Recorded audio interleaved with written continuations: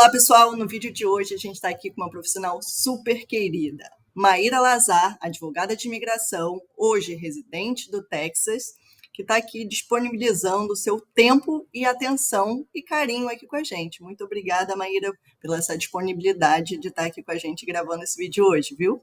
Obrigada, Maíra, por ter aceitado o nosso convite. É um prazer ter você aqui no nosso canal. Tenho certeza que os nossos seguidores querem escutar mais da perspectiva que vamos falar aqui sobre um advogado de imigração.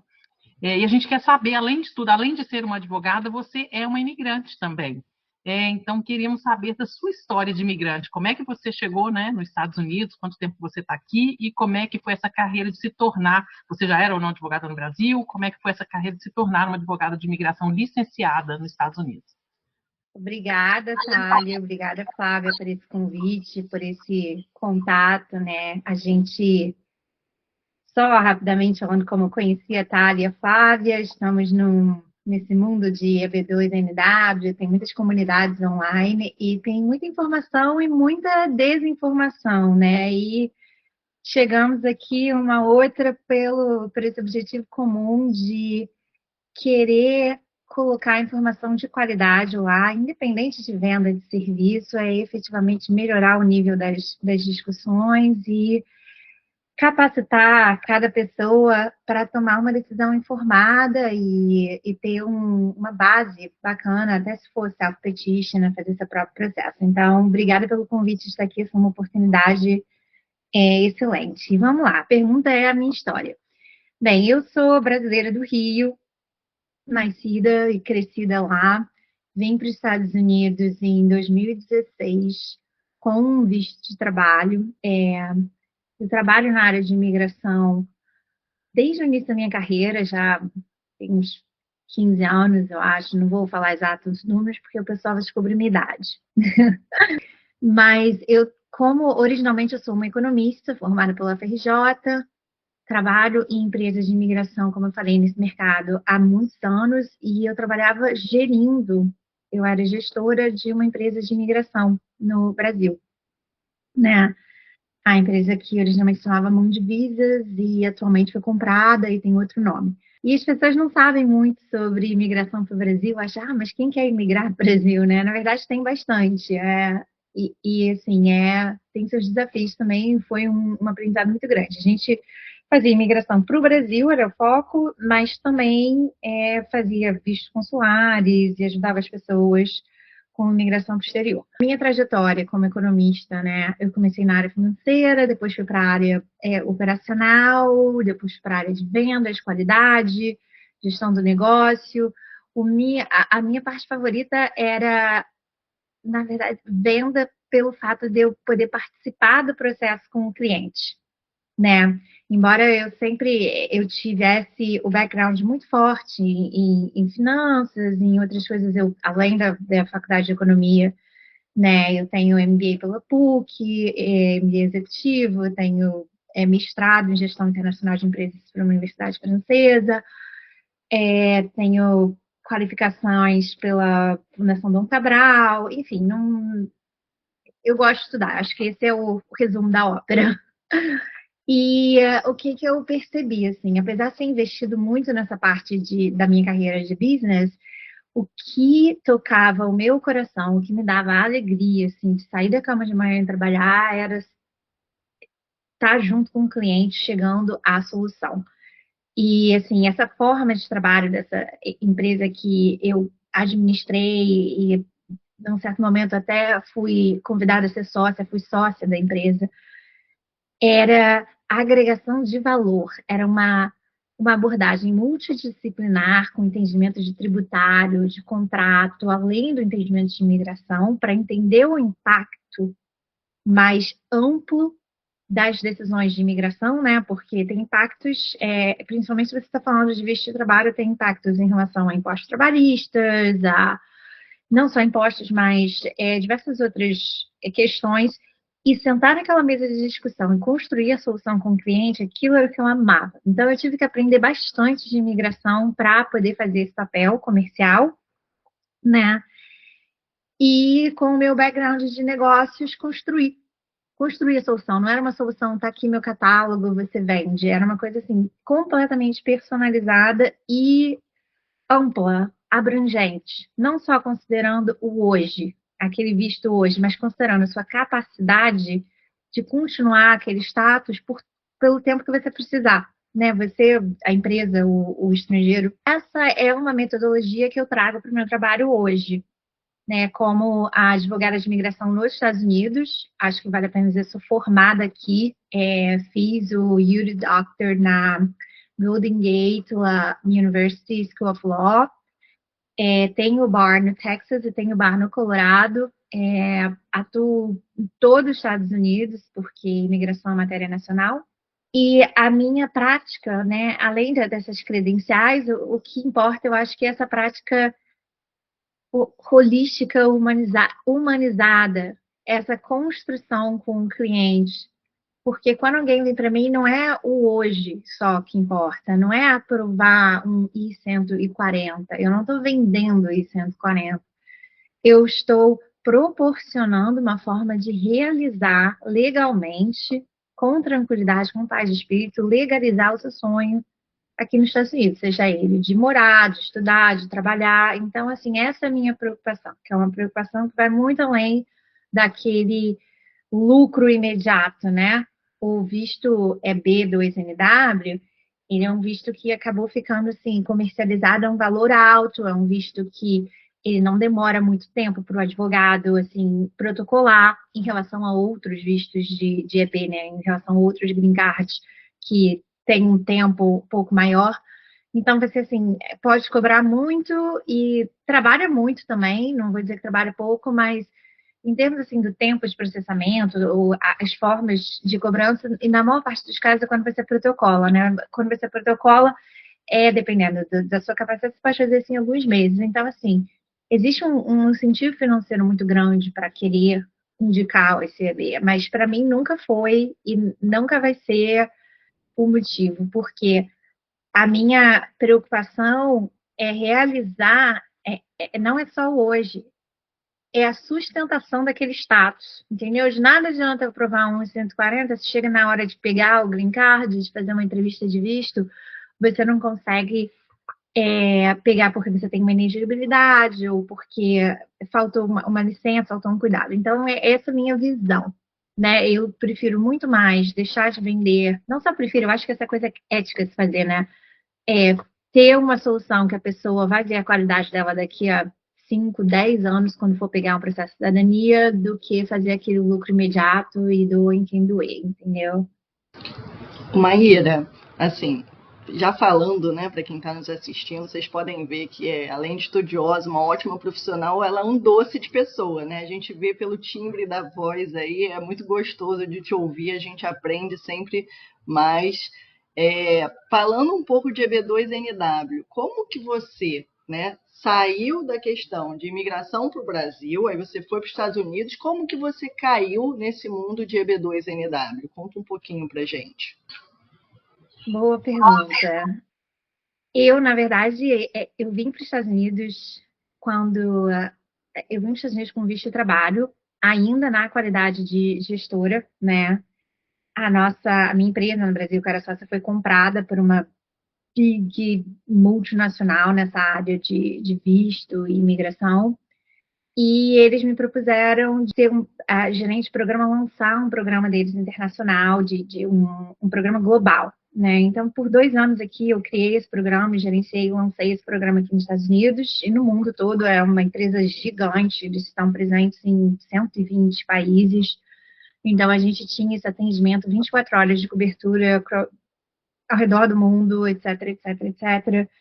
E nesse momento que eu vim para cá, eu já tinha decidido que eu queria sair do back office, né, de ser a gestora, para atender o cliente. Então, eu estava no meio da faculdade de Direito no Brasil quando veio essa oportunidade, que eles compraram a empresa e me convidaram para vir para os Estados Unidos gerenciar esse programa deles global. E eu falei, bem, não é o meu caminho, né, o direito, tá? Vindo essa oportunidade, bateu na porta, eu vou. E fui, e trabalhei no headquarters da empresa há 2 anos, e assim, não sabe, por mais que tivesse sido um avanço de carreira maravilhoso, oportunidade de continuar nos Estados Unidos, ser patrocinada para Green Card, a paixão e o desejo de estar frente a frente com o cliente nunca deixou de existir, sabe? Não me satisfazia, eu não ficava, não era suficiente, eu não queria só gerenciar o programa, eu queria construir a solução com o cliente. E foi então que eu decidi que eu não podia mais adiar essa vontade, que aquela coisa estava assim, crescendo em mim, eu precisava ir para esse caminho que estava me chamando, né? Então, eu fui e fiz a faculdade de Direito aqui, e foi até uma coisa, como nunca estudei nos Estados Unidos, meu inglês, claro, era muito bom, mas eu nunca estudei aqui. Fui desanimada por tantas pessoas, americanos principalmente, falando, nossa, se é difícil a prova de admissão chama LSAT. Se o LSAT é difícil para gente, que está aqui a vida inteira, nativa em inglês, você nunca vai conseguir. Não só consegui passar para a faculdade, mas passei com bolsa de 100%, né, que consegui uma nota boa. E fui fazer a faculdade. E por um tempo eu nem estava na área de imigração. Meus estágios e outras coisas foram em áreas de tributário, área de direito imobiliário, porque eu queria, assim, efetivamente ter certeza que imigração era o caminho, né? Eu falei, bem, eu nunca tive exposição a outras áreas, desde que eu me formei, trabalho com imigração.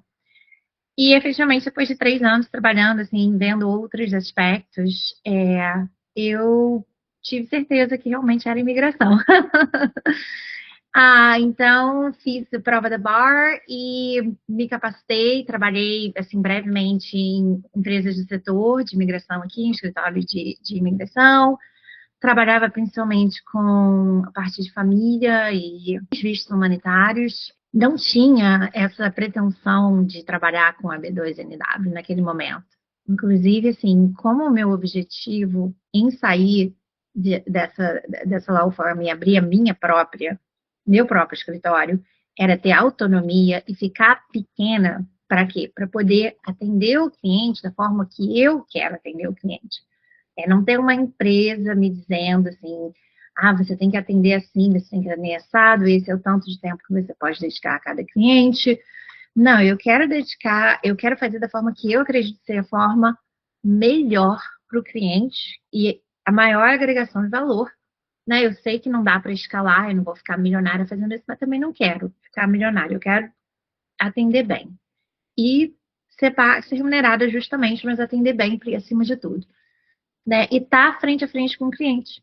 Esse é o meu objetivo. Quando você começa a crescer, 2 coisas acontecem. Uma, você que criou a empresa acaba tendo que ir para a parte de gestão e começa a não ter tempo para ficar com o cliente. E outra, você começa a ter que sacrificar alguns processos, não estou nem dizendo sacrificar a qualidade, mas quando você tenta fazer as coisas com escala, a menos que você tenha uma estrutura muito robusta, fica difícil você manter o mesmo nível de personalização e atenção. Então, assim, eu prefiro ficar pequena e pequena no sentido, assim, de equipe, né? Que fique bem claro isso. E continuar podendo atender dentro desse meu objetivo. E, então, inicialmente, a minha ideia era família, fazer green card e outras coisas mais tradicionais. E eu comecei atendendo a comunidade brasileira, porque como uma advogada brasileira, as pessoas vão te procurando, vão te indicando. E, assim, infelizmente, atendi muita gente que veio de negativa e problemas por terem sido mal orientadas nessa indústria do EB2NW. É uma coisa que eu nem tinha noção do tamanho da indústria do EB2NW. Foi efetivamente, assim, através de assim, consultoria, em cima de consultoria, de pessoas que, assim, que já não tinha mais o que fazer. Né, que o sonho daquela pessoa não tinha mais o que dar de solução legal para aquela pessoa realizar o sonho dela de chegar nos Estados Unidos. E aí foi que eu comecei a perceber, assim, que eu estava atrasada, né, que eu estava entrando depois que a pessoa já tinha sido mal orientada, já tinha tido problema, não tinha mais como inverter. Então eu falei, bem, eu preciso, se eu for fazer a diferença, né, eu posso fazer esse serviço muito melhor do que essas pessoas estão recebendo. E se for para fazer diferença, eu tenho que entrar num momento anterior. Eu preciso estar na ponta para dar alternativa, dar informação ao mercado. Você vê que eu participo de discussões e fóruns, e sem fazer propaganda, eu vou e coloco as informações lá. Eu acho isso importante, tá? E o outro para a pessoa ter uma oportunidade de fazer com uma pessoa séria e não se colocar nessa situação de risco, né, do início. E eu acho que o fato de ter mais profissionais, assim, sérios, qualificados, aumenta o nível do mercado como um todo, porque aí tem mais concorrência e as pessoas vão ter que fazer um trabalho melhor para ganhar o cliente. Então, assim, acho que tem só efeitos positivos. Foi por isso que eu vim parar nesse mercado de EB2NW. Que legal escutar isso, Maíra. Meu coração fica até quentinho de escutar dessa forma. Eu conheci você em um grupo onde a gente tem lá várias participações, né, várias discussões saudáveis, misturando consultores, você como advogada, self-petitioners, e é isso aí. Acho que a informação com qualidade, ela acaba ajudando muito a pessoa para não fazer as decisões erradas. E a minha pergunta para você seria, segundo a sua definição, né, o que é o EB2NW? Bem, vamos lá. Para quem não sabe o que é o EB2NW, é um visto de imigrante, tá, baseado em emprego. O EB é Employment Based Immigrant Visa. Preferência 2, esse é o termo técnico. E o NIW significa National Interest Waiver. E o que waiver é a dispensa de um requisito. Algumas pessoas traduzem waiver como perdão, mas na verdade a tradução mais adequada nesse contexto é dispensa. E o que está sendo dispensado? A necessidade de uma certificação laboral. Os vistos EB2 e EB1, EB3, eles dependem eles são sujeitos a um requerimento de que seja feita uma certificação laboral. O que é a certificação laboral? Ela é um processo feito com o Ministério do Trabalho, Department of Labor, não é com o USCIS, tá? Em que o empregador precisa testar o mercado para ver que não está tirando, porque dando aquela vaga de trabalho para um estrangeiro, você não está tirando a vaga de trabalho de um americano. É um processo demorado, em geral 2 a 3 anos, e engessado, complexo. Complexo por quê? Você tem que definir lá no início exatamente qual é a função, qual é a experiência necessária, o que a pessoa vai fazer. O salário é ditado pelo Departamento de Trabalho, pelo Department of Labor, né? E depois você tem que provar que você tem habilidade, o empregador tem que provar que ele tem habilidade de pagar aquele salário, e às vezes o salário que vem é, assim, impagável, é absurdo, e, enfim, é um processo complexo. Então, o Congresso, né, o Congresso americano, eles lançaram esse National Interest Waiver, que é o quê? Que é para algumas pessoas, assim, que no interesse nacional, no interesse dos Estados Unidos, poderia se abrir mão da certificação de trabalho. Excelente explicação, Maíra. E você estava falando anteriormente sobre o crescimento desse mercado, né? Junto com esse mercado em constante crescimento, surgiu também, né, como todo mercado em ascensão, bons e maus profissionais, né? Como que você acredita que um peticionário ele pode evitar, né, esse encontro, pode avaliar o profissional para que ele não caia na mão de maus profissionais? Então, assim, a gente sabe que todo mercado, independentemente do que seja, nós temos pessoas boas, pessoas ruins, pessoas aproveitadoras, enfim, como tudo na vida. Como evitar esse tipo de profissional, né? E que tipo de ajuda, já emendando uma segunda deixa para você complementar, que tipo de ajuda os peticionários podem ter nesse processo? Porque o advogado de imigração ele é uma dessas frentes, né? Esse processo, como outros também, não necessariamente precisam de advogado, né? Então, queria que você pudesse falar um pouquinho desse mercado em ascensão, desses profissionais, né, que estão se aproveitando desse crescimento e dos tipos de caminho que a pessoa, avaliando bem, pode entender que seja o melhor para ela. Pergunta, esse é um tema importantíssimo. Eu acho que o primeiro passo é entender o que é esse visto EB2NW e lê. Lê, lê, lê, lê. Entra no site do USCIS, veja blogs, pesquisa no Google, entra em grupo. Tem, assim, uma ideia do que é. Até para você poder avaliar o nível de, assim, de informação, o nível de qualidade técnica da pessoa que está falando com você. Assim, em alguns casos, tem pessoas tão verdes, né? Tão imaturas no mercado que você fazendo um pouco de pesquisa só na internet, você já consegue ver que aquela pessoa está te falando não faz sentido, não condiz com a realidade, né?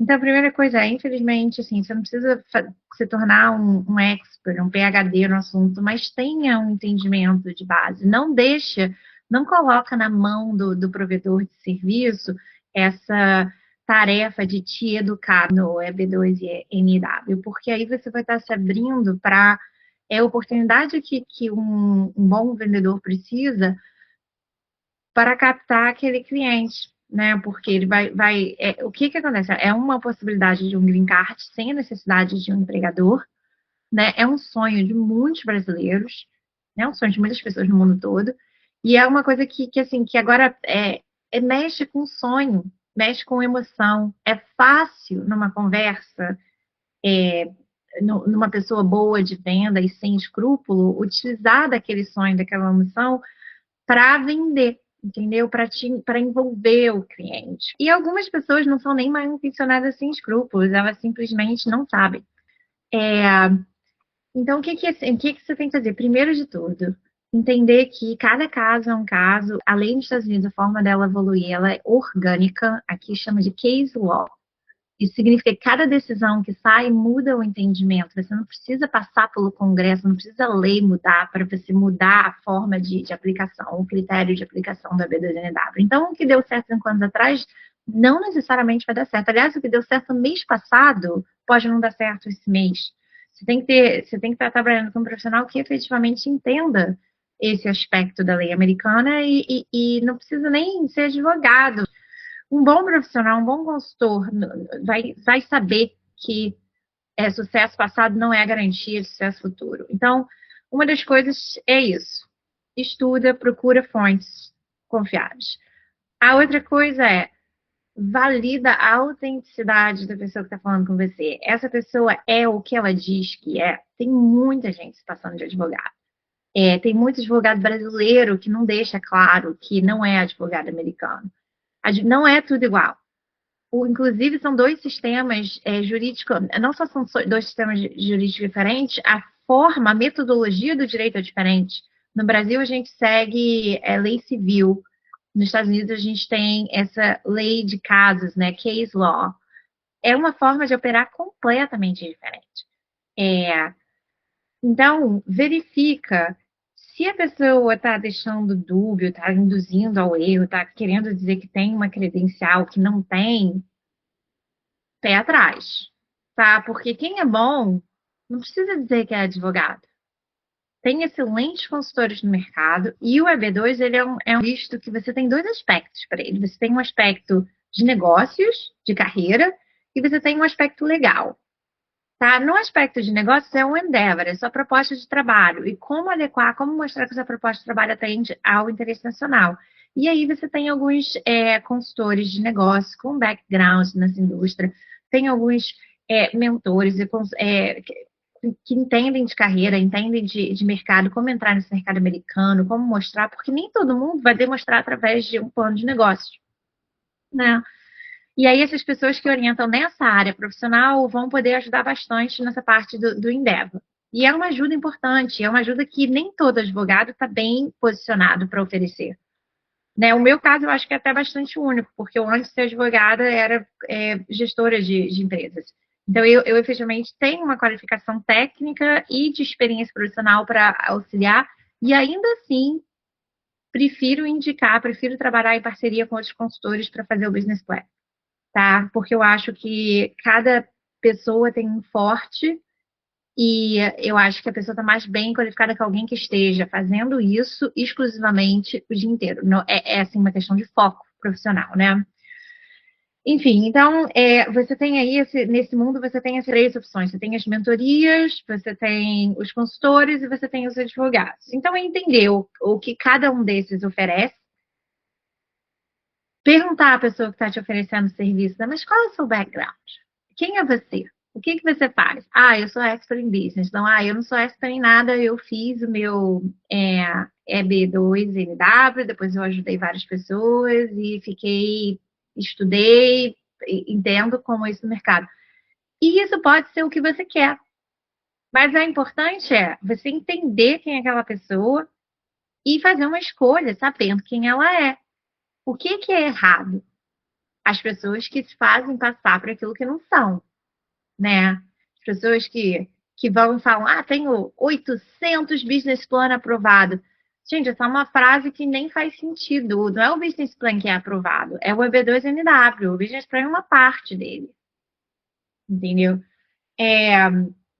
Então, assim, desconfie muito de quem não é claro para dizer quem é. Se a pessoa não está abrindo o background dela, tem alguma coisa ali. Peça referências, pesquise nos grupos. E no caso, assim, de advogado, a pessoa falou, eu sou advogado, vamos focar nessa, porque essa é uma coisa fácil de descobrir. Você vai pedir, você é advogada aonde?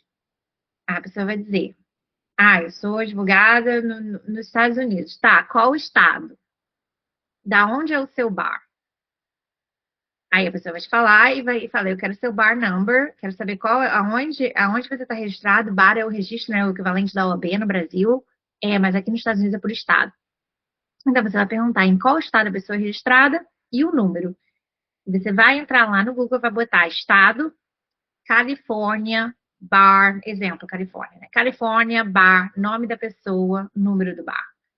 E essa informação é pública e você vê. Se você quiser me pesquisar, você pode pesquisar. Eu estou no bar no Texas e estou no bar no Colorado. Aí você vai ver lá a foto da pessoa, quem é a pessoa, se tem site, histórico disciplinar, né? E vai ter uma ideia, tá? Cuidado com carteirinhas falsas. Nossa, eu já vi um advogado, não acho que nem vou entrar nesse nível, mas se alguém te apresentar uma carteirinha falando formado em direito de imigração, isso não existe. Não existe formação em direito de imigração, formação em direito. E cuidado com quando você olha não adianta só perguntar se a pessoa tem bar ou onde tem bar, você tem que efetivamente olhar. Porque também é outro esquema comum. É pegar um bar qualquer da internet, usar um nome falso, usar uma foto falsa, colocar no seu site, né? E você está lá no Brasil, a pessoa está lá no Brasil, a pessoa que está aqui, o advogado que é dono daquele bar que está aqui nos Estados Unidos, nem sabe, né? Então, assim, tem de tudo. Não é só olhar, você tem que olhar, você tem que pesquisar.